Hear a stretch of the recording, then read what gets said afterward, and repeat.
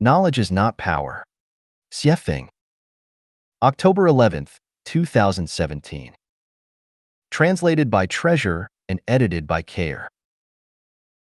Knowledge is a combination of the experience and cognition accumulated by our social and productive practical activities. One can possess a wealth of knowledge, which means that they possess the foundation to gain power, but no matter how much knowledge they have, it does not mean that they will ever have power. It is like a library which has abundant knowledge but no power. From the point of storing knowledge, a person's brain is only like a library. Knowledge is Power is from Meditation, written by the 17th century British philosopher Francis Bacon, which teachers delight in using to arouse students' learning interest at school.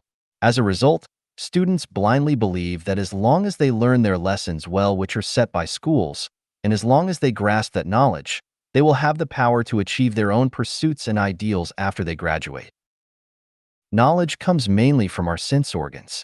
However, in the view of the Greek philosopher Protagoras, human is the measure of everything.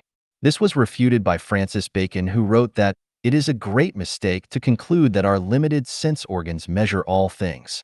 In other words, it is wrong to judge and measure all things and all forms from the limited knowledge that our sense organs can provide. Consider a scenario in which a sexy young girl with a middle school diploma is standing next to a more mature, older lady with a doctorate degree, and both are in front of an interviewer. Which one is more likely to arouse the man's rich imagination, alter his mood, and motivate his intense vitality? If it is the young girl, that is because knowledge is not true power, since even beauty can have more power. It is reckless and dangerous to believe that knowledge is power.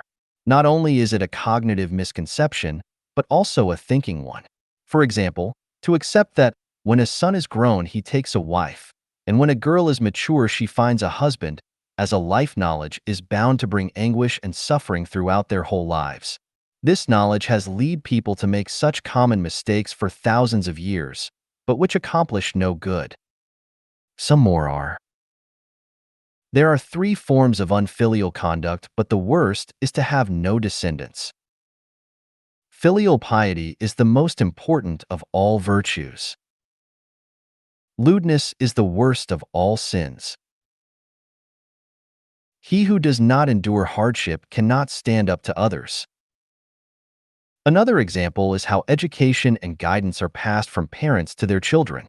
Can a parent's knowledge conduct and educate their children with both a full range of healthy spirits, minds, and bodies, as well as the ability to lead their own independent lives? Most fall very short.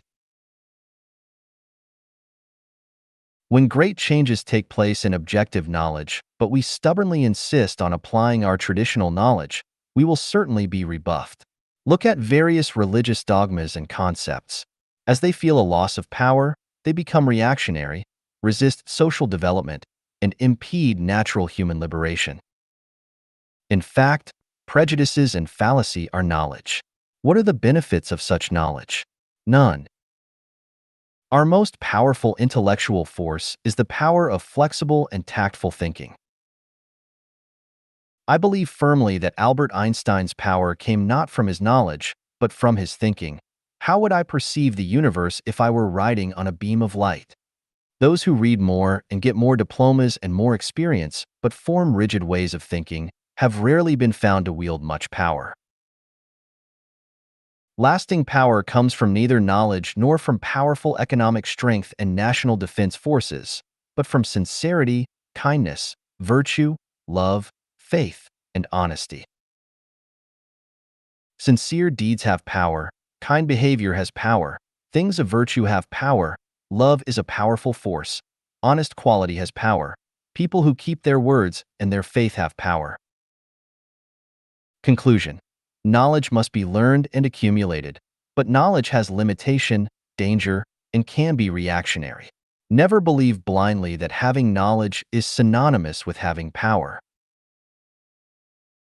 Rather than spending your precious time on chasing knowledge, you would be well advised to concentrate your efforts on sincerity, kindness, virtue, love, faith, and honesty, for those are the people who will enjoy lasting power.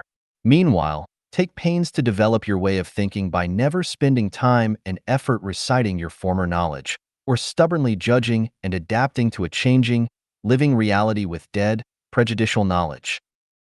思维要一种法力，